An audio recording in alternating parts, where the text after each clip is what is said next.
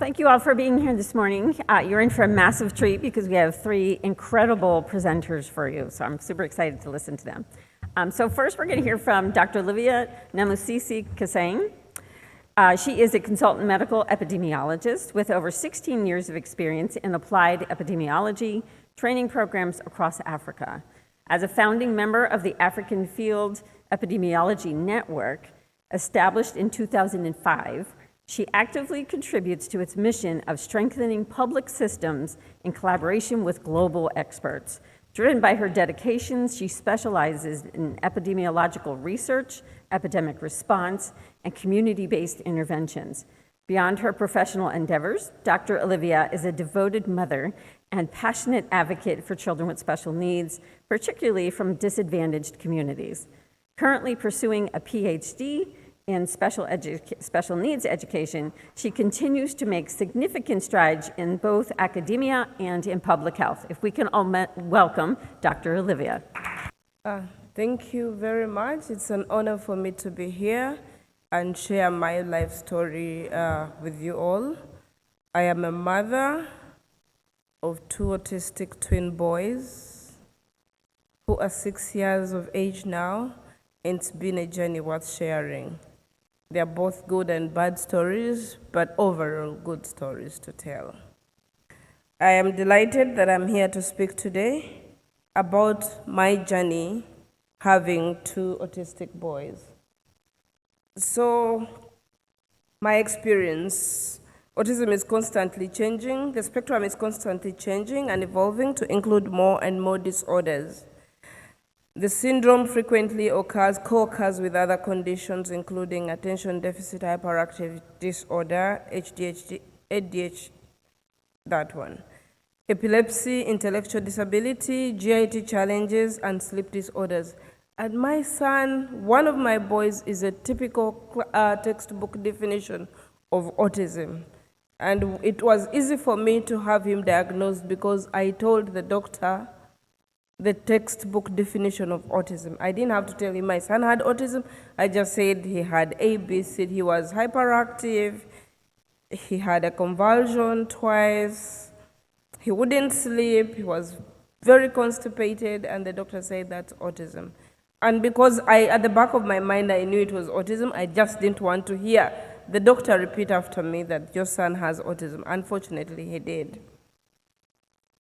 And also, it's disappointing to see this little brain with all these things together in the spectrum. My son sometimes gets anxiety, sometimes has auditory processing, sometimes he's depressed, you see OCD, you see sensory integration issues.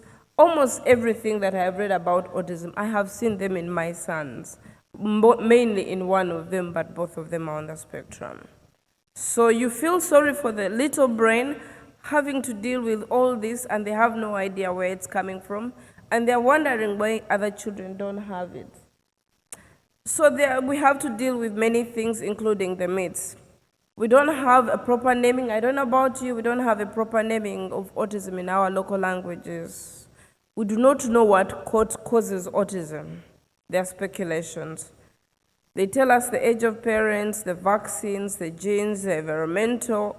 Which one works? Because our children have grown up in basically the same environments. Others are autistic, others are not. So you wonder what the problem is. And then others will tell you there are options for cure, this works, this doesn't work. You literally try out everything, and then you compose yourself and say, actually nothing works. Treatment options that allay or calm symptoms are many, and you want to try out everything that parents tell you this works and all that works. You want to give it to this little brain. You're pumping this child with medicine because everybody says, try this, try that, and you're making your child look like a guinea pig. You have to explain to people what autism is and what it is not. And that is the biggest challenge of a parent or anybody caretaking an autistic child. You have to explain every time the visits to the restaurants, and the child grabs water from your neighbor, and you have to say, I'm sorry, my son is autistic. often they say they are bad-mannered children, we are bad parents, you have to explain. Or sometimes you get angry and just look at them and think what you want, I'll not explain. You yourself become autistic and you don't want to explain anything. But when does that end?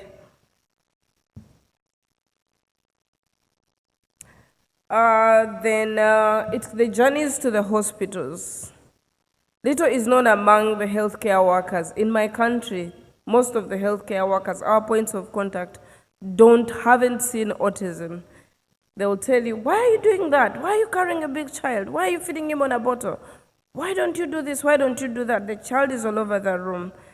And they themselves are questioning you for being a bad parent. The therapies are very costly. In my country where I come from, it's a big business to be a therapist. So you do not know who is a quack or who is a real therapist. It's just a gamble. We overtreat our children because every parent is sharing with you their stories of this works, that works. Even me as a medical professional, I get the challenges of, I think I also want to try this, knowing that it has side effects. But looking at this helpless child, you want to help them. It's a humbling experience, I must say, for all parents. You change from what you were to what you are now because you're raising a special needs child. The stigma associated with autism is unthinkable. Most parents in my country leave their children under lock and key because they cannot manage the talks, the humiliation out there. You have to be bold to say, my son has autism, I am not locking them up, I am moving places with them. You invite me to a party, if you're not inviting my child, I am not going. Well knowing that child will knock the cake down, well knowing that child will do all nasty things, but you stand brave and say, this is the child God has given me. I will bring them out with me, and they'll be my companion everywhere I go. My experience as a parent and a medical profession, it's an unprecedented experience. Fear and anxiety have engulfed me, I must say. Feeling of a disappointment, what you thought this child would be and what they are now. And that's unfair to say because these children always come up. These are things I felt back then when I just received the diagnosis. Now I'm all praises that my child is going to be someone one day and a great person. The depression that you go through, it's a journey that takes you up and down, until you grow out of it and look at only the positives out of that child. You forget about the negatives. Then love begins to creep in.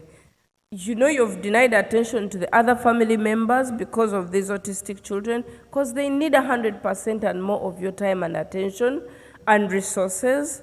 So you feel like the other family members, and if they're young, they get jittery, they're like, why aren't we loved the same? So it's a journey that you have to explain to even the younger children that, look, these people are autistic, they need ABC, but at some point it doesn't make sense to the younger ones, so you just have to keep talking. Too much information from parents, increasing fears, there's negative energy, people will tell you all sorts of things, but where there's love, where there's focus, always these children thrive. What has worked for me, and my children are out of danger, I must say, and I'm proud to speak about them. We diagnosed them at 1.5 years. At least being a medical professional, I knew something was off with my children. So I took them to the hospital. I had been reading around so much. It was easy for us to have the diagnosis at 1.5 years, but it took us another 6 months to start therapy. We had to go through a series of counseling as us as parents and their siblings, and we accepted and we received the support that we needed from everybody in my family. We started therapy at about 3 years, and they are 6 years, and they're still having the integrated therapy. We did stem cell therapy.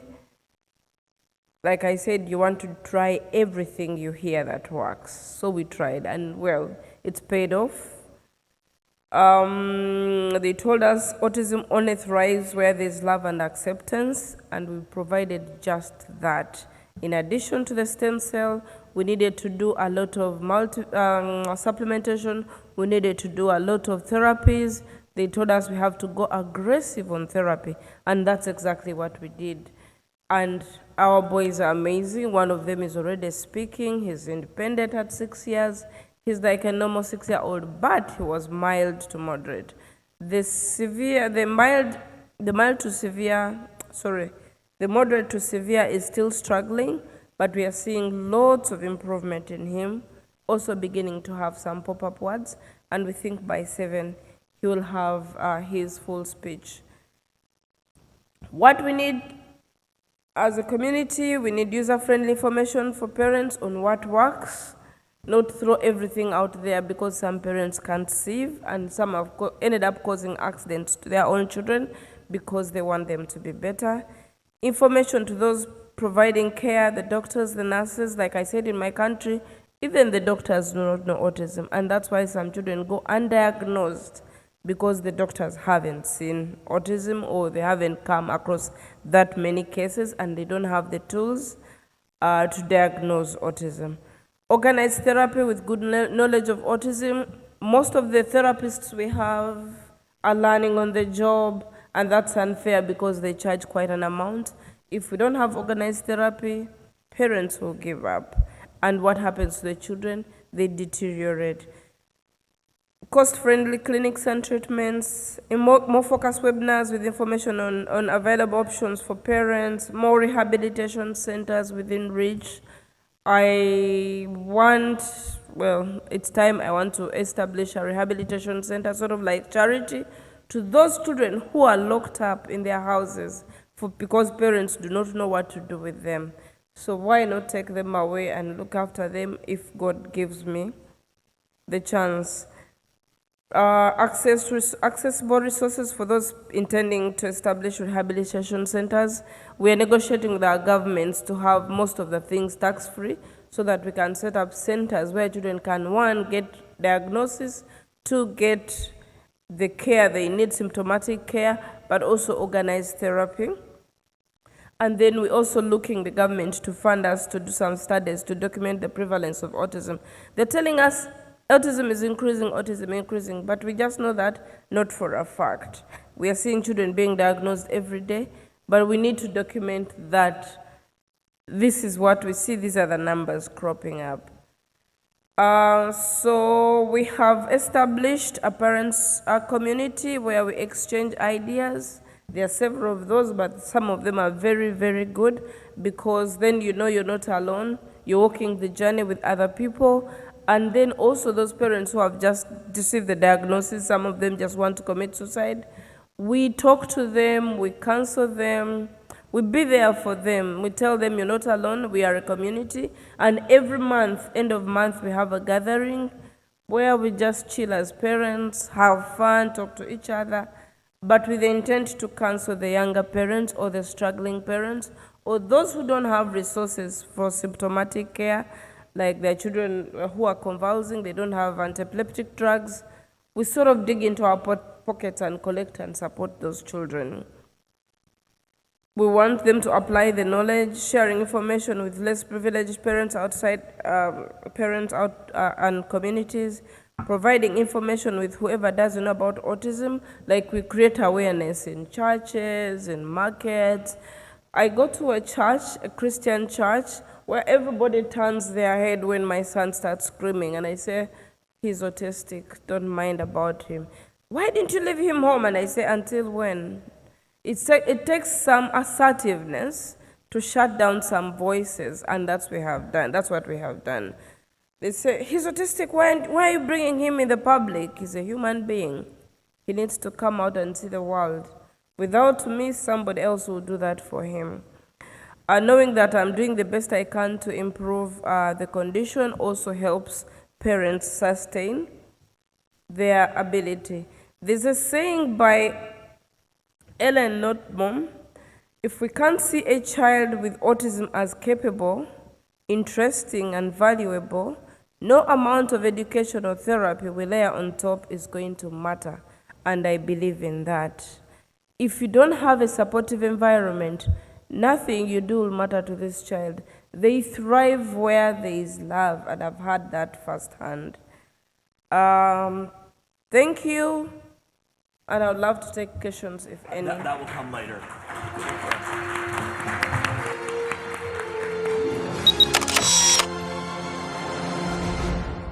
Welcome all the panelists, Dr. Temple Grandin, Dr. Alok Sharma, Ms. Lynn White, Dr. Richard Bowles, Thomas Silent, Ms. Stacey Hoagland, Ms. Elizabeth Bonker.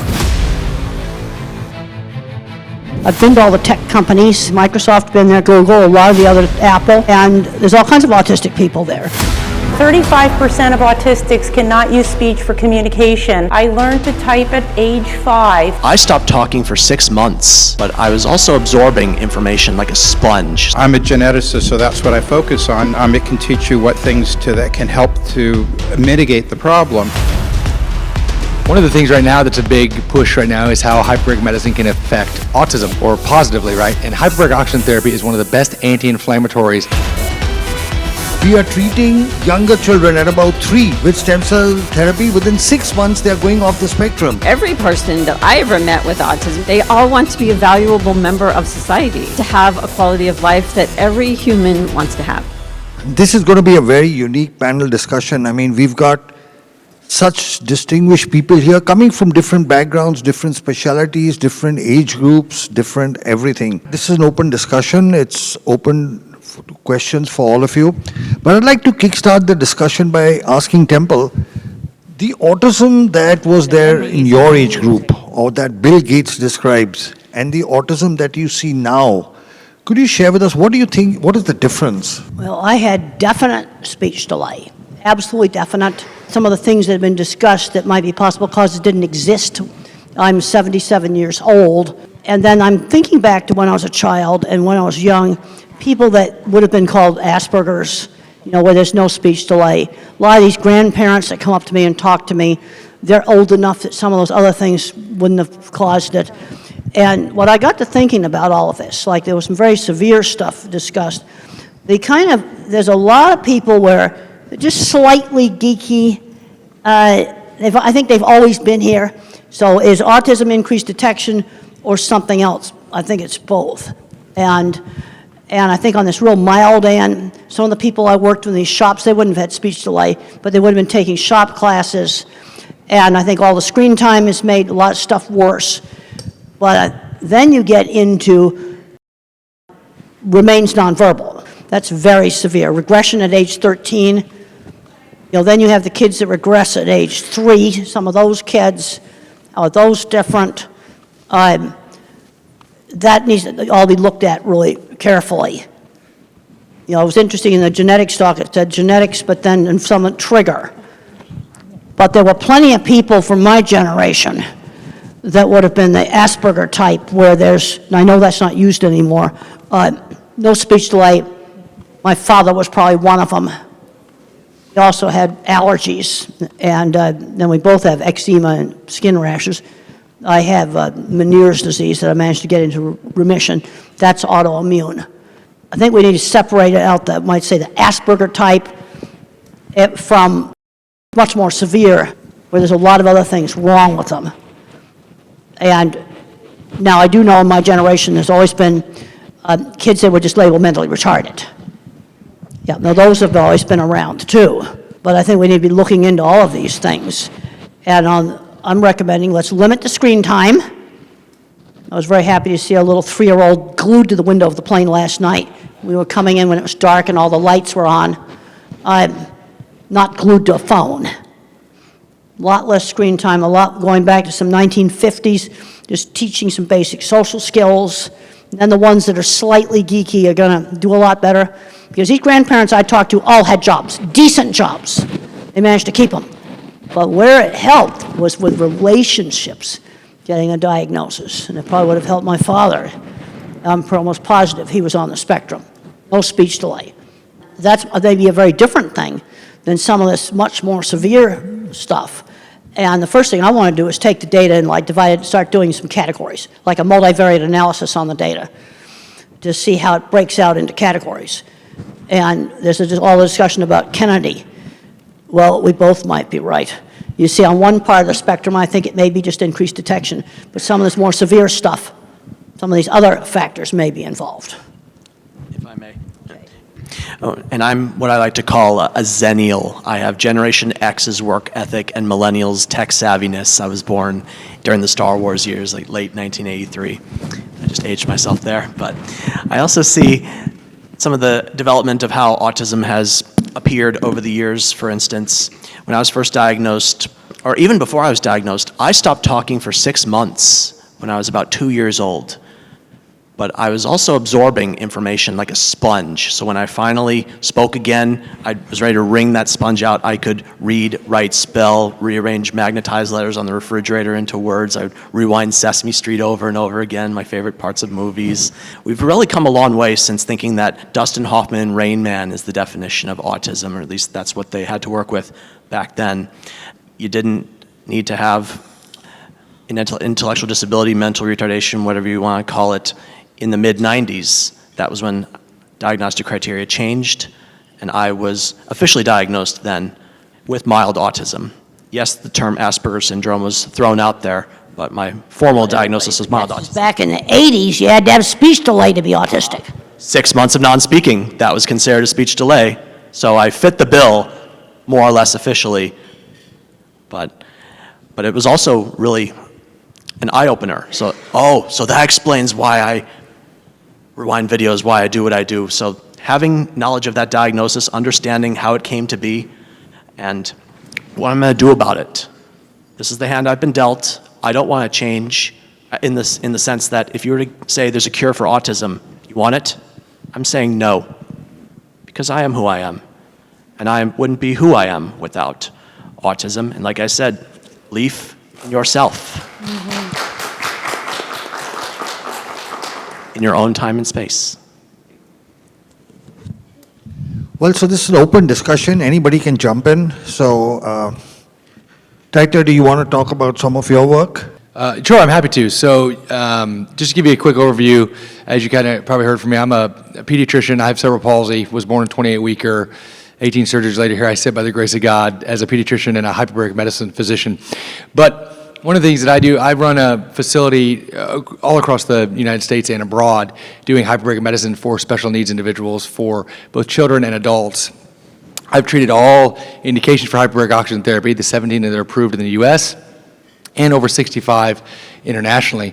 One of the things right now that's a big push right now is how hyperbaric medicine can affect autism, or positively, right? And hyperbaric oxygen therapy is one of the best anti-inflammatories out there available, better than prednisones, better than anything else like that. The big key, before I go into a little bit more, I'll take 2 minutes, it's important to note that correct type of hyperbaric chamber is necessary, right? As the president of the American College of Hyperbaric Medicine and a key opinion leader in that space, it's making sure that we don't have a lot of these soft shells and the misunderstanding of how to use hyperbaric medicine safely and effectively. But the bottom line is it does work because you're mobilizing stem cells through nitric oxide pathways, and you're able to see when you use hyperbaric oxygen therapy, it addresses... Are you saying the soft shells don't work? I'm saying that a lot of them aren't as effective. Yes, ma'am. I think that there's a safety effort there. They're not covered by the FDA. People don't have the right training. They work in terms of some depth, but I think that there's a larger breadth there that has to be, make sure you're doing it effectively and correctly, right? So we see this a lot. But you'll see a lot of anti-inflammatory processes and stem cell mobilization where you have actually an 8 to 12 times increase of your stem cells, and that's why these kids are improving. And when you combine them with some of Dr. Alok and other stem cell programs, you can see dramatic improvements. And so we're seeing the same kind of testimonies that you are showing in your presentation, Dr. Loke, new speech, ability to pick up new language. It's incredible results. Is your work published? Do you have scientific papers showing the results? There's well over 250 published papers, both in India and across the United States. There's actually, apart from that, there are over, just in autism, there's over 200 published papers in terms of showing the anti-inflammatory effects and how hyperbaric medicine can mitigate and improve autism and its effects. Richard, would you like to jump in? Genetics versus environment. It's not versus, it's always both. The genetics is who is at risk. I mean, let's face it, no one has perfect genetics, and no one has a perfect environment. But some children are being affected and other children are not, even though they're in the same very similar environment. The difference is genetic risk, but even if you have the genetic risk, does not necessarily mean that you're going to get it. You have to have a permissive environment as well. So it's 1 + 1. You have to have both of them. I think that a lot of people are focusing on environment, and that's great because that's something you can do something about, but not that many people focus on the genetics. I'm a geneticist, so that's what I focus on, not that it's more important, but I think it's equally important. Knowing the genetic risk can teach you what things to avoid better. It can teach you what things that can help to mitigate the problem. Knowing the environmental risk can do the same thing. So I think they're equally important. Do you have any? So much this entire week, right? We've heard so much about the new numbers and who's affected and who's not. And while, we definitely know that we have a greater number because physicians are better at diagnosing it, but they're getting better at diagnosing it because there's no more autism. So they're having more experience with it. I've been an educational advocate for 25 years. I have a son who's 30, who was really part of that initial bubble, if you will, where we saw significant growth. And I can certainly tell you, I work as an advocate in the 6th largest school district in this country. And the numbers of students who are in special education programs, not the kids we would have missed before, have grown so exponentially that the systems have not kept up with the numbers. And the children who are really getting what they need, whether it is through medical intervention, educational intervention, looking at housing and opportunities for employment, they're generally the kids whose parents remain the most active, because there are ways out there to be able to access the supports, but there's no silver platter. So it's really good that you guys are here because you're getting a bit of the silver platter here, but you really have to learn more as much as you can, because the services, even if somebody comes up with some like where it's from, if you will, we're still going to need to advocate for treatment, for housing, for job opportunities, for better education. So the needs to advocate is not going to decrease. If anything, it could actually increase. So I just encourage you all to do that. So I think the numbers are not just like, it's not just genetics, it's not just environmental, it's not just this type of autism versus that type of autism. I think that every person that I ever met with autism, and it doesn't really matter if they were a speaker or non-speaker, they all want to be a valuable member of society, have a job if that's what they choose, or to volunteer, but to have a quality of life that every human wants to have. Lynn, do you want to? I agree with everything you said, and I think one of the things that we have to do is, if we do start getting to the bottom of some of this, so to speak, is we cannot forget those who really still need us. There are way too many out there that are not getting what they need, and what I'm the most concerned about is if they come up tomorrow and say, these are the 3 things, so we're going to turn the numbers back around. Our children are here. These children are here. We have parents here who have come up to us and said, my child is 4 years old, help. Okay? We can't forget them. They're here. And I think everything she said is right.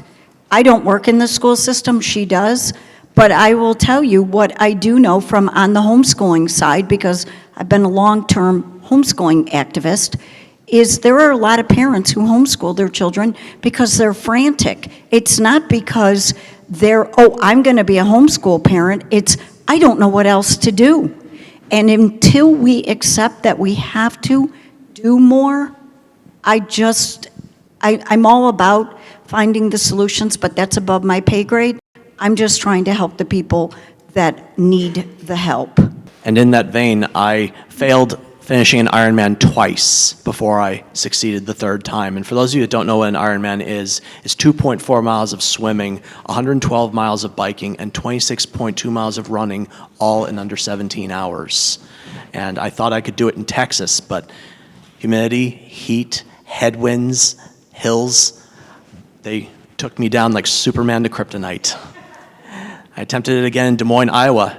Got the same or similar conditions. Also, I didn't have the right equipment. I realized I really had to invest not just in money like a new watch and better bike, but also putting in the time. And I too do not use functioning labels. I feel when you call someone low functioning, you discount or dismiss their strengths and capabilities. When you call someone high functioning, you discount or dismiss their needs or struggles. So in my book, functioning, labels, whether you put them on yourself or you put them on others, that's the F word. Don't use it. Temple, I'm asking you, yeah. Okay. Hypothetically, let's say RKF Jr. approached you to give advice on what the government needs to do, one, to maybe reduce the incidence of autism, and second, how to manage. What advice would you give the government? Well, I think we're going to have to go all local because basically they're running out of money.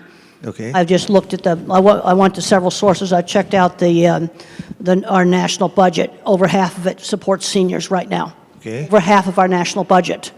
Research money in my field and labs have been closing in a 50-year trend line. Okay. And we're going to have to start doing a lot more local stuff. We need to tap into these retirees with the early intervention that we're not getting. We're 2-year wait lists, totally terrible. And I was happy to find some people I talked to at lunch where they're doing some of this with retirees. Some of these people are 20 years younger than me. They need to be working with these 3-year-olds. That's what we're going to need to do. Tap into retirees to teach an art class, teach a music class, teach a whole lot of different things. You know, I read an article the other day that cruises in golf are not all what they're cracked up to be. That was in one of the papers. We're going to have to get into the local sources. Also, over the years, I've changed my terminology. I have old publications that say high and low functioning. I can't change that. Okay. But my new publications, I'll call them nonverbal or non-speaking. Remain nonverbal, don't speak. Got rid of high and low functioning. Some of the older stuff, some of the activists got after me. Now, sometimes I think they can go overboard on all this jargon and things like this. Exactly, yeah. Because I just like to figure out really practical things. Okay, like the really nice lady right here was telling me, I like to give you an example of the kind of problem solving that I like to do. And when she was alone, she feels really scared because she's helpless. And I said, well, let's find a way for you to call somebody on a phone. Well, it has to be auditory. So we're going to just teach Siri that is one person, is another person, and then you just call on a speakerphone. You don't have to buy expensive stuff. I think they could be done with existing equipment. That's a simple thing to do. Okay, different buttons on the wheelchair that won't work. Okay, well then we don't use that. There's so many simple things. I remember one time watching a wonderful video a guy presented that showed a kid somewhere in Africa, got one of those Blade Runner legs, got a pair of them. And he was just so happy out there stomping in the mud puddles. And something like that makes a lot more sense than a fancy electronic leg that's going to just break. Okay. It's also something they could probably make in local shops. You see, this is where a visual thinker sees solutions to problems. You see, that idea for that phone thing, it's a car phone. You say, now call so-and-so. Well, we just got to make those little abrupt sounds. Why am I picking out those sounds? Because I don't want it accidentally going off all the time. It has to be something you do very deliberately that'll make it call somebody. I just think that stuff up. I mean, that's what visual thinkers do. I heard a solution to a problem. I also saw car phone in a car, too. The activists got all over some parent group that's called Profound Autism. And these are the people who need 24/7 care. You know where I've seen some of the best 24/7 care for really severe? Some faith-based groups. I've actually seen some very, very good programs. Benjamin's Hopes in Michigan, Brookwood in Texas. It's all private money. So some of the best programming I've seen for, I don't know what you want to call them, but these are the people that need 24/7 care. And they grow up into adults and the parents can't take care of them for the rest of their lives. That's just examples of some things I've seen that really worked well. We need more of that kind of stuff. So we'll touch on an important but sensitive topic. Tom spoke about his impending getting married, and you have chosen to live life by yourself. Between the two of you to discuss, because very often people on the spectrum who are older, they approach doctor and say, should we get a child married. What would be your advice? Oh, there's been some very successful marriages. And the wife runs the business. No, seriously. There's been some very successful marriages. I know 2 computer programmers that got together. That's been very successful. They're both on the spectrum. And you know what they did for their engagement dinner? You got to go to a white table restaurant. You got to have candles because you got to set the stage for a super romantic discussion on computer data storage systems because they are the most interesting thing in the world. And 2 chemists got together. Oh, okay. Yep, there's been, some of these you intend to have nonverbal autistic kids. Yeah, there's a place for getting married. I had one parent come to me and said, my son's doing great. He got married, bought a house, going just great. And if my book helped somebody to do that, I think that's really a good thing. No, they should get to do all the things that just regular people do. Some of them have got kids. That's been successful. I'm a problem solver. And I think I figured out a way for you to get a phone that you can use. They'll call 2 or 3, maybe at least 2 numbers. Because I'd be anxious too if I was you and I was all by myself. Tom, your views? For my part, as far as marriage goes, there was a time I thought I wouldn't get married. And I was in a relationship with a woman on the autism spectrum, but it didn't work out. My parents, and they're still together. My mom and dad are still married after 45 years, but they live over 1,000 miles away from me. There was a time they offered me the opportunity to move up to where they were going. I said, I've built a life here. I'm going to stay. So actually, my parents, as much as I love them, being out of the equation actually helped me blossom. Yeah. I see we have some agreement. And Rosetta, she had to step out to check on an order of hers, but we had met in person 6 years ago at an event, kind of like this one. So we knew each other in person, face to face, stayed in touch online. During the pandemic, she moved to Virginia. That's where she hails from. I was in California. Then I was doing the Ironman in Maryland, the one I finished. And before that, I said, I'd like to meet you again. So we made arrangements after I finished the Ironman to meet, and we decided to get married, and we're getting married in September. And there are people in my life, unfortunately, that are thinking this would never happen. And now that it is, they are struck. Don't you think that woman is the most gorgeous woman out there, crown or not? And for someone with autism, and she's not on the autism spectrum, but I am able to make our relationship work. We have our struggles, as any couple does, but we believe that it's going to work out. And statistically speaking, only about 7% of people with autism ever get married. And even fewer stay married. So we have some resistance, some difficult spots, but our love matters. And I really wish she was here to hear me say that. I would like to add, although that's very good, because as a pediatrician and as a person with a disability myself, I have a wife, 3 kids. One, we also adopted a special needs daughter who has Netherton syndrome from wound care side. We won't get into all that. But the point is, I'm sure you guys are familiar with the term ableism, right? A lot of times a neurotypical individual is going to say, well, back in the old days, I wanted to go to the movies. Well, we didn't want to invite Tyler because he couldn't walk up into the stairs, right? So they were trying to save my feelings because they didn't want me to fall down the stairs, for example, when really I just wanted to be invited to the movies, let's say. So the point of all this I'm making is you just got to look outside the box and allow, there's a lot of blessings. We're all handicapped. Mind the world can see. We're all struggling with something. We all wish we could change something about ourselves, and that's the whole point about whether you're on the spectrum or not, right? But I think it has very much, we have to combat ableism in this country. Going back to what I would say to RFK, if it was for me or for anybody else with a disability, is when we lose value in people, we start to fail. And I think that's where the slip is, even though maybe some of his comments, in his mind, he was actually trying to help. I want to believe that, right? He was talking about the severe autism where they're never going to get married. I mean, I see these kids. So do you, Dr. Sharma. So do you, the occupational therapist. That's a real thing that we deal with, and these parents are looking for hope. So I don't want to say that by any means he's inherently evil, but it's a crass comment, and realizing and finding people's value and how they navigate the world. And people that are non-speaking, if they're in a job, know the difference between real work and stupid little busy work. And the other place where I've seen some really great programs is when the chairman or the president of a company has a child with a disability. I've forgotten the name of the man that did the warehouses at the Walgreens pharmacy, the distribution warehouses. He changed the computer so you didn't have to read, and the crews with the intellectual disabilities did better than the so-called regular people working in these warehouses. You see where the top does it. I went and I visited a plant in Mexico that actually had a very good program. There was a guy there that had, he said we had a boardroom meeting, and he said, well, I have Asperger's, and I now support my family. I support my sick grandmother. He was very proud of that. They put boxes together. Well, they had a marble stair in their corporate office. 3 people carried the wheelchair upstairs.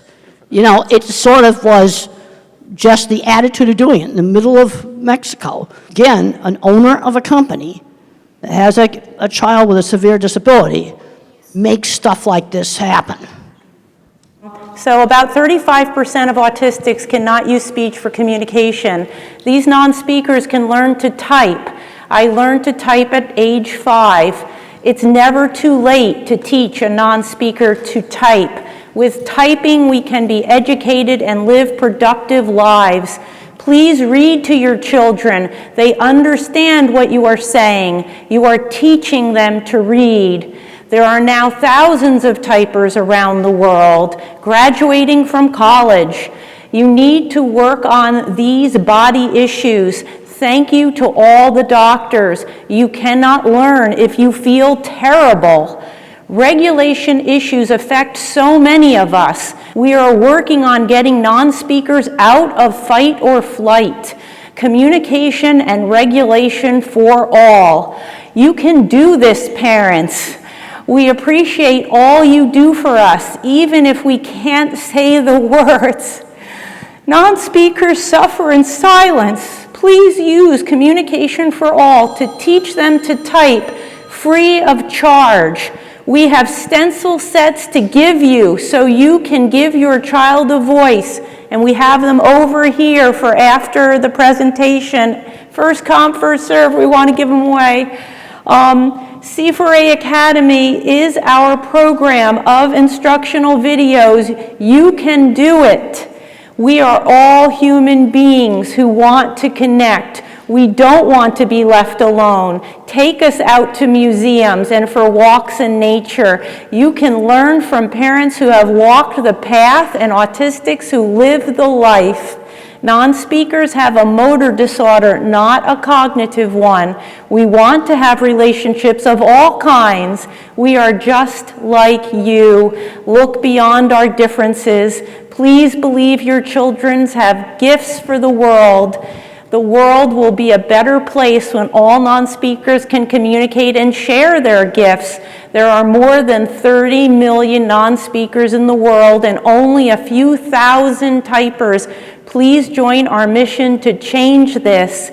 Most non-speakers are diagnosed with intellectual disability, and we have a motor disorder. Don't believe the IQ tests. We need to learn to type to show you what we know. Giving an iPad with a picture exchange system is not enough. We need 26 letters to express ourselves and be educated. Please watch the Spellers movie on YouTube. It will show you how typing changes lives from hopeless to hopeful. Profound autism conflates non-speaking with intellectual disability wrongly. Non-speaking doesn't equal non-thinking. Teach them to type. We are all interdependent. I was extremely self-injurious and have great empathy. Please don't give up hope. The right doctor can help. A virus-triggered PANS, an autoimmune reaction. It is serious and needs expert treatment. Parents, keep pushing the medical science. You are the expert on your child. Find doctors that believe autism is a treatable condition.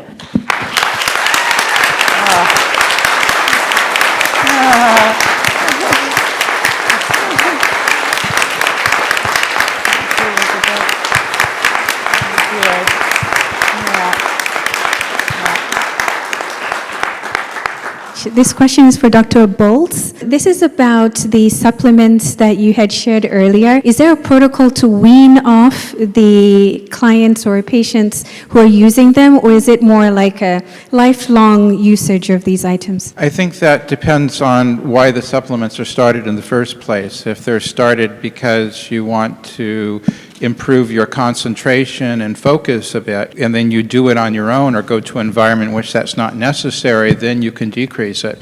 But for the most part, autism was present at conception, at least the genetic component of it, and the neurological part was present in very early life. And most people continue the supplements for a long time. I do want to mention one thing that from earlier is that when we're talking about autism, we're talking about an extremely wide spectrum.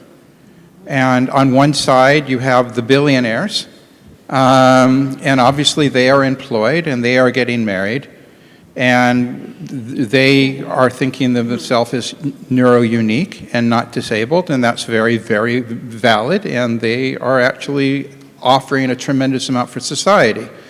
And on the other end of the spectrum, as a pediatrician, I see people that have very severe intellectual disability, who have abilities of a 3-year-old when they're intellectually while they're an adult.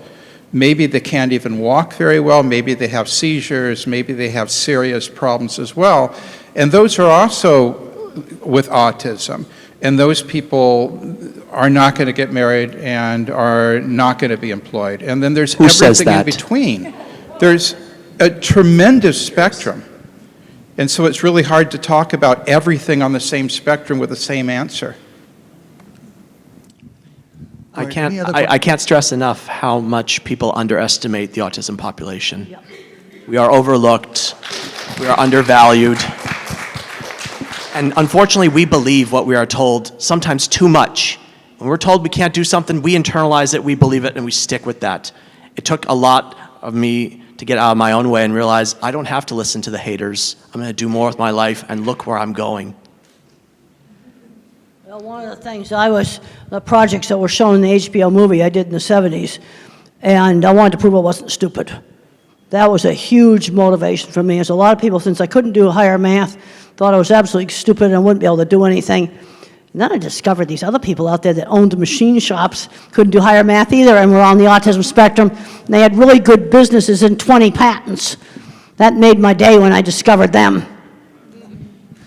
How would you respond to people with autism or their family members who participate in self-isolation because of the maybe fear of judgment of going into the community, and what you would say maybe to inspire them to go into the community more and participate in the community more? Well, Mother always had me out in the community, and she had a very good sense of how she could stretch me and the things that I'd be capable of doing. Like, for example, when we went to my grandmother's house for Sunday dinner, for my exercise, I was allowed to play Beat the Elevator, and I could run up 5 flights of stairs before the elevator got there, and that kind of run the energy out of me. Another thing they did is I only had to sit at the family table for 20 minutes. Then I could ask to be excused, but if dessert wasn't served, I didn't get any. So if I wanted dessert, I had to stay. You see, she always put some choice in there, but she had a very good sense of how much to stretch me. And she realized that big, noisy crowds were sometimes a problem, but I'm concerned that some moms just totally overprotect. They can't let go to let their kid do the most innocent things, like while you're pumping gas in the car, have the kid run in and buy some milk at the store. And I had one mom says, I don't have the guts to do that. You see, this is where the moms just can't let go at all, and they're doing everything for the child. And the kid's not learning anything. And I have a book called The Loving Push, and that was aimed at, getting these moms to get them out gradually doing things. You see, I've seen huge problems with everything being done for them, and they're not learning any skills. And we had a rule that it had to be on the list. So as soon as I knew how to write, I'd put things on the list, and I would help with grocery shopping. I'd go and get things on the list, put them in the basket. I was learning that at a very young age. Yes, and you do Walmart, for example, that's one of our big stores, when it's not so busy. In California, where I live, I don't know if they do it here in Florida or other places, there are certain reduced sensory hours. Yes. Like you can go in between like 7, 8 a.m., less lighting, less people, a lot more better shopping experience. But I've written a book, Come to Life, Your Guide to Self-Discovery, to address gang out there. Life doesn't come to you, my friends. It's up to you to come to life. Are we keeping our kids out from out there? And also in addressing the naysayers, the people that might be holding us back in a sense. That's in my book, My Glass is Full. And these are available for sale. Is in NeuroNeeds, I mean, we have some people with autism that work for us, and they are in positions in which their abilities are perfect for their job. They are better than a neurotypical person at that job, because we know that they can do that, and we know autism. We just need to get the word out that these people have certain abilities that allow them to do things better than other people, that it's not charity, that employers will want to hire them. And they'll want to give them a good wage. We think that, I mean, this is what Dr. Grandin was talking about, is the way of fixing things and pictures and everything, is that they have abilities that other people don't have. We just need to get that word out. We wouldn't have any computers without all the people in the tech industry. And I've given talks there, and half those programmers are on the spectrum. Yeah, I've been to those companies. I've sat in their fancy restaurant, watched all the nerds come in. We need the skills. See, that's the thing. At one end of the spectrum, and you've got Steve Jobs and Bill Gates. Bill Gates is official now. He's on the spectrum. And he's had a very successful business. Another thing, both me and Bill Gates were taught that you give back. That was something we were both taught. I have put 23 graduate students through school paying for their masters and their PhDs. That's what I've done with the book money and speaking engagement money. And Bill Gates said you get huge amounts of money going into healthcare. We were both brought up in an era where you give back, which it's been really eye-opening for me to read his book, because so much of how we were brought up was very, very similar. Thank you so much for all of your work that you do. And I need to emphasize that profound autism is real. Work is being done right now to put it in the DSM so that we can have a specific name for the people that will require lifetime support. And as much as, of course, we want our kids to continue to grow and to thrive and to be as independent as possible, it's very important to recognize that for some people, they are not going to be independent. And the best thing that we can do is continue to support them, have trained caregivers, because one day we're not going to be here anymore, and our kids are still going to need care. And the system is very broken for them. And it's hard. Autism is not always awesome for everyone. It's hard. And, you know, when you see kids that are beating, or adults that are beating their heads and they've lost their eyesight because they're banging their head on the wall, I mean, these are real things that they're dealing with. And so it's a big spectrum. When we adopted our kiddo that's special needs, the developmental doctor, the first thing that he told us to do was watch your movie, Dr. Grandin. And it was amazing for us, and it was very eye-opening. And the encouragement was there for him, and we are still encouraging our kiddo, but he's almost 20 years old, and he still can't use the bathroom by himself, not completely independent. He can't brush his teeth by himself, and that's a goal that he worked on the entire time that he was in school. So we have to recognize that, you know, he's not going to get married. He's not going to be able to live the same life that my other kids can live. He's not going to be able to drive a car. But any improvement that he can make towards being independent, we're going to continue to push him. I mean, he's still in therapy. He just got on a horse 2 weeks ago. We were shocked about that. We never thought he would get on the horse. We thought he's going to go and brush the hair of the horse and just be there. But no, he did. And so that improvement that he made, I mean, we're thrilled, and we're going to continue to do that. But we also have to prepare him and his brothers and sisters that, you know, he's going to need care after we're gone. So I just wanted to say that remember, and I appreciate everybody's positivity, but remember that for some people, they have kids and family members with profound autism that are going to need lifetime care. Yeah. I totally agree with you. I totally agree with you. In my talks, one of the things I talk about all the time is we're going from Einstein that somebody is going to need, constant care, 24/7 care. You see, this is one of the problems. And it's such a big spectrum, all with the same word on it. And I totally agree with you. And every talk I do, I make a point of, some of the activists attack the term profound autism. And I'm not the one who's attacking it. People that have the loudest voice are putting in the input, but the people that can't speak and their caregivers, God bless them, are tired. I mean, it's all you can do to pay the bills and take care of a person, change adult diapers, emergency room visits. Nobody wants to babysit, so you can forget like going places. It's hard. So those people are left out of the research and the statistics. And so it's important for us as the autism community as a whole to remember that 27%. Okay, now I'm very interested in the 27%. That's profound autistics. Okay, where that figure came from. Just from my experience, I'm pretty sure that's correct. I was just at the Profound Autism Summit last week in Boston, and that was the figures that they gave, and I trust But them. I've seen parents just completely stressed out. I remember one respite program they had in Texas, and the family was so stressed out, they just put the music on in their air-conditioned car and just laid there for 4 hours. That was how stressed out they were. 4 hours of respite, and this is very different than somebody like me or somebody like Bill Gates. It's a totally different thing. And then you have some that are kind of medium that may not be totally independent, but they can do a lot of life skills.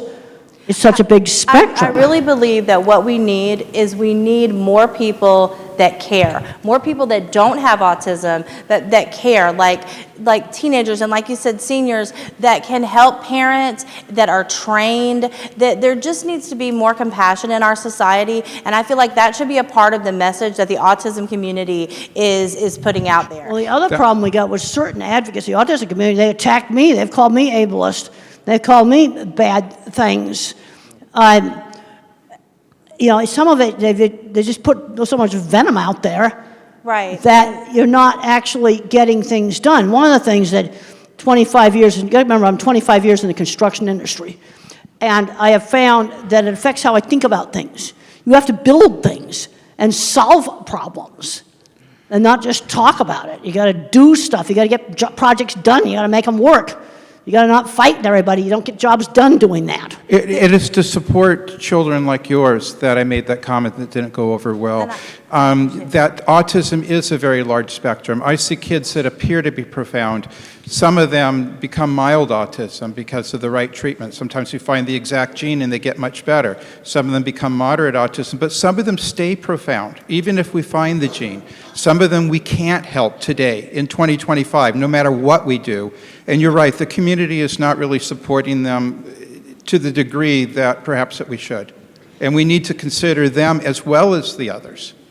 I need to just add something. You said there's no research on profound autism. Very little, like 6%. But people with no, profound just to autism. let you know that we are actually doing intense research through brain scans. So we are doing PET CT scans, and we are noticing that those children and adults with profound autism have a very different type of hypometabolism in the brain. So we are able to, through brain scans, separate the mild from the moderate from the severe. And we are also able to, we can also see which parts of the brain are working more and what special skill sets they could possibly have. So today, especially in the neuroimaging world, the focus is shifting from what they cannot do, the brain that is not working properly, to what they can do. And as in all the talks, including what Temple spoke about and Tom spoke about, once we identify what is the thing that they are specially connected to, feel about, and then give them coaching in that, they do miracles.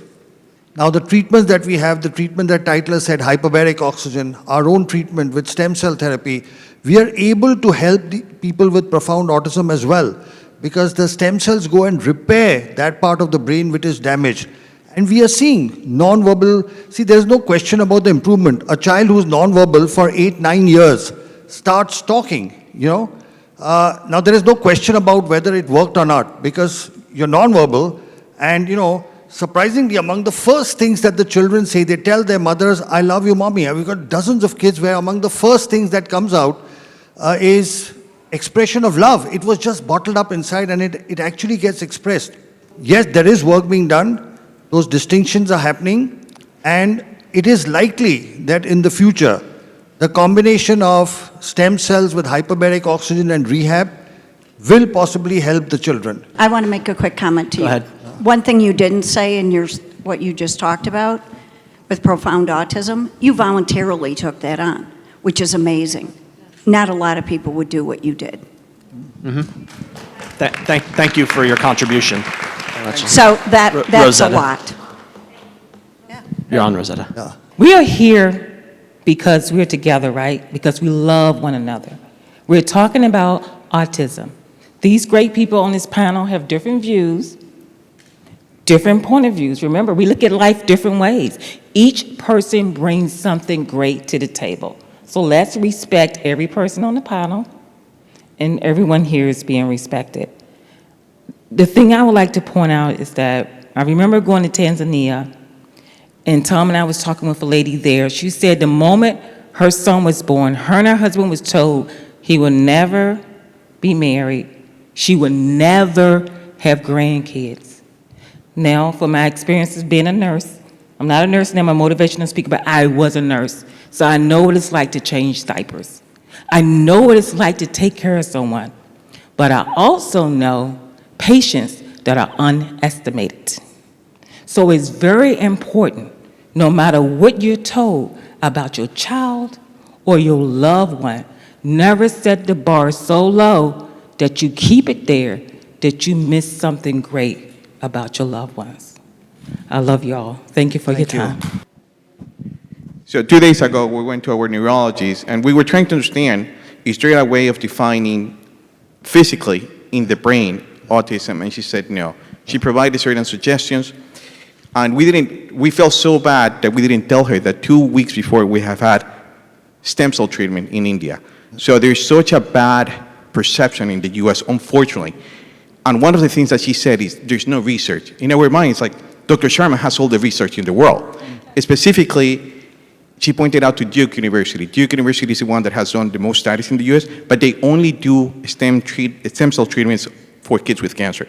So my suggestion and pledge, Dr. Sharma, how can we let the world about your research? And I know you have it. You are open to give it to anyone who wants that. What can we do, us here, to help the world know about the success of your treatment? Whether it's leaders, politicians, regulators, they finally listen to people. You're the real voice. You are what is real. You know, all of us, some of us, have professions, some of us have a conflict of interest, some of us have particular preferences or beliefs, but parents have one and only one thing in their mind, the well-being of their children. Is there anything else that you can even think of? Nothing. So your voice is the voice that will be heard. And when you speak it loud enough and repeat it enough, there will be a change. Change comes about when people like you speak out. Because, we believe our own clinical experience is showing us that when we are treating younger children at about 3 with stem cell therapy, within 6 months they are going off the spectrum. The older the child, the longer it takes. And it is my hope and dream that one day this becomes a standard of care. The moment it is diagnosed, especially kids who are profound, will need it. There are children who will not need it. There are a whole lot of children who are mild, who adapt and who get along with life very well. But not everyone. There will be what she's talking about, the profound kids who need help. There's something called a hole in the heart. Kids with Down syndrome have a hole in the heart. If you have a hole in the heart, you fix it. The cardiac surgeon will go and do something and fix it. So, if there is severe and profound damage, it needs to be fixed. And what we are seeing is that once you fix that, whether it's hyperbaric oxygen, whether it's whether it's the supplements that he was talking about, whether it's the stem cell I talk about, whether it's the rehab he talks about, in my lecture I said it all works together. So your voice is the voice that will be heard. Anybody else, any questions? I have one question. I'm watching with the gentleman behind me who is telling about that. Even my neurologist did not believe when we started the stem cell therapy for my son. But after 3 or 4 visits to India to the neurogen, the changes she saw in the kid, it's unbelievable. My son is the same patient for last 6 to 7 years with the same neurologist, with the therapies and everything. The development, what she saw after stem cell therapy is totally different. We could able to understand the neurologist, but the school system did not understanding us actually. Some of my friends, when they go to this kind of a different kind of a therapy out of the book, which is not profound in very popular in the USA, they're not even going to tell in their schools actually. They're telling that we're going to vacation for 5 days, 6 days. We did the same thing. We went to the school. I said my kid got help. If somebody needs help, you call my number, I'll tell them the same thing. I told every parent who called me, and I given the number, I told him that what are the benefits which my kid got. I feel if we don't keep the awareness of these things of a different methods, it is impossible to help the whole community. The community needs help. We have to be together to help the system, because if the system doesn't help, we have to come up from our own side from here and help the system. My son can see a video now, Yeah. head, shoulders, knees, and toes, and by God, he's following the video for the first time in his life, touching his head, his shoulders, his knees, and toes. He can say 3 weeks out of a stem cell. He can say 1, 2, 3, 4, 5, 6, 7, 8, 9, 10, even though he has apraxia, and sometimes he closes his mouth to talk. A, B, C, D, E, F, G, and we practice that every day. It's a miracle. It's science. But there's science behind it. You tell the doctor in the U.S., and there's where is that coming from? We feel uncomfortable telling them because they tell us there's no research. And that's why even though we speak up, we feel outcast. Because that's the system in the U.S. today. It punishes anyone that does any research outside the United States. They don't consider that research. It's I haven't seen any research. Neurologist practicing over 20 years. His pediatrician who didn't believe started believing after she saw the improvements. Go back and say, this is the improvements. Your child was not talking. He's talking within 3 weeks of the stem cell therapy. There is no rocket science to it. A child not talking starts saying ABC to Z after 3 weeks. That's a positive sign. Let the world know it. Speak up for it, and then slowly things will change. And we now have the present health secretary, R.K. Jr., he has actually tweeted about stem cells and hyperbarics. He's actually tweeted that these are things that were intentionally suppressed. He says it openly. He says these were suppressed by the FDA. The health secretary of the United States is saying that treatments like hyperbaric stem cell and all these other nutraceuticals, he mentions nutraceuticals, were intentionally suppressed. So when you speak up, they will listen. People do listen to parents. Yes, and what I did is, I did not listen to any of the parents or anything. I keep on stressing that, yes, we are treating with the same thing, we are treating with the same thing. We will be integrating with the other therapies, yes, but we're not going to leave that. If you think it is not helping, it is your opinion, but not my opinion. I'll do the good thing what my kid needs. I'll stand up for my kid. The gentleman had a question. What does the solution look like? Can come from a place of curiosity and discovery rather than who's using language itself. Ask for more discovery about why they were guided in language that way. And maybe, just maybe, instead of just seeing a lot of trees in Kansas during the 30s Dust Bowl trying to survive, maybe we use discovery, we have curiosity with all the groups to bring ourselves into one big collective force that can leverage the impact the world is missing. Thank you. I think the one big thing, and I'm going to get this lady too, is I'm in Melbourne, for example. The grassroots you hear about, it's finding somewhere locally that believes, and that's where it starts, with tremendous experience. And Dr. Sharma and I have worked together in hyperbarics for years now, right? I go to India consistently. So you got to find the forward-thinking physicians that collaborate, that are thought thinkers and innovators. But for those of you guys who are out there, for me, Brevard Regional Hyperbaric Center, if you guys are around here locally an hour away, come see me. Those willing and able physicians are very few. And creating some sort of inventory, some sort of Facebook page where you can access and really point out specifically these physicians. We asked our neurologists about hyperbarics. There's no research. What they should point out is the kid that died in Ohio. So they're using those small mistakes sort of to prevail these sort of veil. We need an inventory list of those physicians that are willing. And if everybody can contribute, we have one. But I think if everybody can contribute, who are those physicians that are willing to work looking at alternative medicines? TACA has a list. If you go into the Facebook group of TACA, and then you have to submit your child, because they only accept people that has kids in the spectrum, right? And they do have a file that is always updated with doctors in the United States that are like pandas, and you can find Rossignol and Dr. Fry's names there. Any other questions? Yeah, thank you very much. My name is Masi. I'm from Kenya. I'm a mother of triplet boys with autism. We have to believe that autism is treatable. So we are coming from a background noise that autism cannot be treated. So you get this diagnosis and you are in limbo, you struggle, and then somehow you find the light. So I found some light. We've been doing stem cells since my sons were 5.5. I mean, it has been a game changer. I have come from a state of constant clinical depression to just smiling. I mean, you also, my son, Ricky, even asked Dr. Temple a question, and I mean, that is, I never even knew he is at that space. So what am I saying? What I'm saying, especially to the parents, we have been fortunate to have all these professionals give us very fantastic talks and solutions, but as parents, what is our duty? I feel that our duty is to a call for action. Dr. Sharma said that everybody is speaking in their own space because you cannot be a jack of all trade.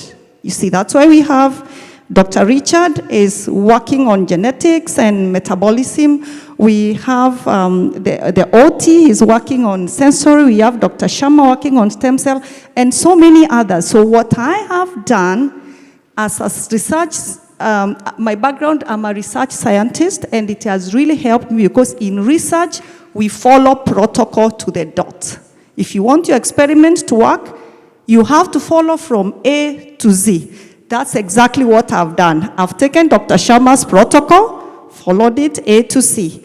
I've taken Dr. Temple's protocol, lived experience. She stresses so much about independence and career. And I can tell you the last 2 years, her words have really shaped the way we are doing intervention for my sons. Right now, my 3 sons can all wash themselves, clean their butts, feed themselves, go to sleep, shower, they can mop the house, they can wash their clothes, brush, and now we are doing now outside independence. That's why you see like Ricky is roving all around from hall 1, A, B, C, and asking questions even I'm not there.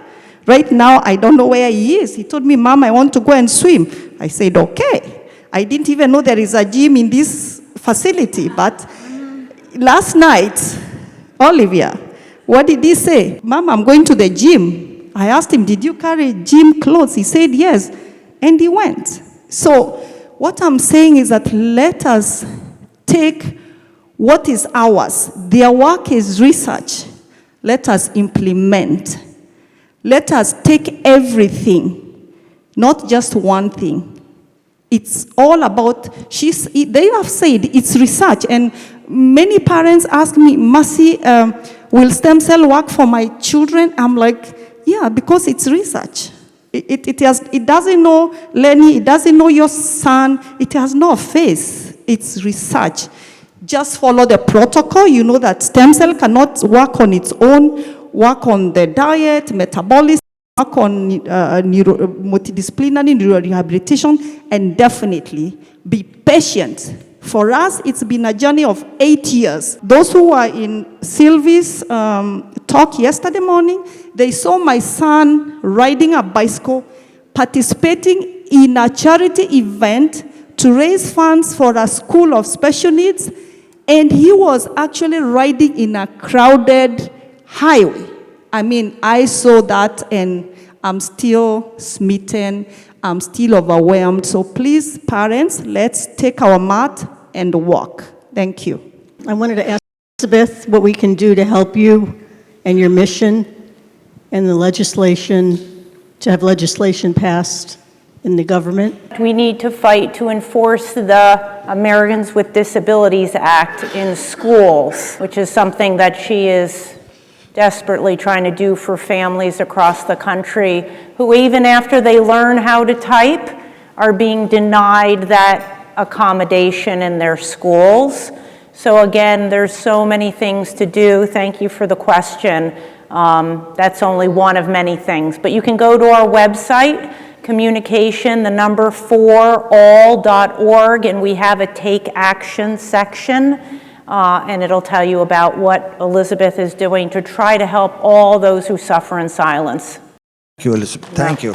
So we'd like to wind up now. We'll ask each panel member to give a concluding remark. Lynn?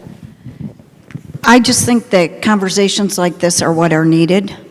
We all look at it differently, and that's what makes it right. Because if we all agree with each other all the time, the world would be a very boring place. And we each have our different needs that don't make anybody less or anybody more. We just all need to work together. And I want to say this. Meeting Elizabeth was my highlight. She's right. We have to fight. And guess what? Parents, we do know our children. And when we fight for our children, sometimes we take on a role we didn't want to take on, but at the end of the day, we can inspire other parents to fight for their children. Because I've had people say to me, I don't have your personality. I'm not willing to just take somebody on. And I say, you don't have to have my personality. You just need to believe in your child. Thank you, please. Welcome to Yeah, well, I mean, I think Elizabeth kind of says it all up there. But just to go to what you guys were saying, just real quick for a minute, when my son was little, we got very quickly, as soon as he got diagnosed, we got into looking at bio treatments. And we did the gluten and casein-free diet. And when I took him back, because I don't know, I guess I had this thought in my head, because they keep wanting you to come back, like they're going to say something different. And so I took him back like the next year to that same neurologist. And he's like, wow, what are you doing? He looks pretty good. Like, what's happening? And I was like, well, I have him on this diet. And he's making all this tremendous progress. The doctor said to me, the neurologist, it was a neurologist, a pediatric neurologist. He said, shooting darts in the dark. And I said, hand me the dart. And so, you know, you take people's as much information as you can. You talk to people who have, who are experts in the field, and then you make the best decision you can for your family. Some of us physicians, like myself, have been around for a while, and we've been treating autism successfully for 30 years, and you're right, the institutions still don't believe that it works. I'm trying to publish as much as I can. It's a drop in the bucket for what we need. A lot of people are doing the same. The parents need to fight. Hopefully we have an administration now that is listening. At least now they are. Maybe they'll make a difference. With autism increasing so incredibly rapidly, this is going to become a societal suicide mission if we don't immediately get off the tracks and do something about it now and take care of all the kids along the way. Thank you. No one tells your story better than you do. And too many of us are struggling to tell it. But when you find your voice and use it, that's when your life transforms for the better and other people's lives transform for the better. So go out there and do what needs to be done. Some of us have more work to do than others. We have come a long way, but we have a very long way to go. And I'm not much of a gardener, but I think every one of us is like a flower, and we might bloom later in life. Certain circumstances promote or stop our growth. Find the place where you can not only survive, but thrive. That's why I finished my first in Maryland. No heat, no humidity, no headwinds, no hills. I did it. You can find the place you can survive and thrive too. Go get it. Final thoughts? Well, yeah, working on more and more independence. I definitely believe in that. Unfortunately, I'm seeing too many young adults that have become recluses in their room. That's something I was never allowed to do. You know, they were always getting me out doing things, but there was always choices. For example, when I was afraid to go to my aunt's ranch, which involved getting on an airplane and flying from New York to Arizona, there was a choice, 1 week or all summer. Not going wasn't a choice. You give some choices. It's like I talked about the kid that wouldn't put the phone in the x-ray machine. He can leave the phone at home, or put it in the dog dish, or put it in his backpack. Those are the choices. It goes to the airport, it goes in the x-ray, period. But there's some choice as to how you do it. And I've worked with so many people professionally that I know are on the autism spectrum. I've been to all the tech companies. You know, Microsoft, been there, Google, a lot of the other, Apple, and there's all kinds of autistic people there. You see, this is the problem we've got. At one end of the spectrum, you've got that, and at the other end of the spectrum, you've got, I'm going to call them the 24/7. These are the people that need constant care. And some of them have varying amounts of problems. And I think it's this population you may be more likely to find that some of these treatments work. I'm on a gluten-free diet now for heartburn. That only started last year. But we've got to go out and just see what we can do, because I'm seeing too many people of my type going nowhere. Way too many, because they're not learning life skills. And they're not learning work skills. Well, I'll echo what she said. You only handicap yourself by choice, right? That's it. We're here as a physician that's devoted my life to doing this as well. We're here, and I think you just have to find your village. You guys know that, but at least locally, if I can be an asset to you an hour way around, let us know. And you're looking at a panel that believes the same thing. It's not pseudoscience. It is grounded in science. We're just forward way thinking and combining it all. As Dr. Sharma said, it's a multifactorial approach. And when you do that, combining all these different modalities, you can see dramatic miracles in your kids' lives. And every study that you look at with hyperbaric oxygen therapy, stem cells, no matter what, just like in my own life, it all showed improvement in quality of life. And is that now all we're all looking for? That's exactly it. So find your doctors, find the people that believe in you, and go get it. So thank you. I'd like to thank all of you for being a wonderful audience. We want you to know that as parents of children on the spectrum, you, for those of us professionals here, are our inspiration, our motivation. You are the wind below our wings that keeps us doing what we are doing, because very often the work we do is in the face of stiff opposition and resistance.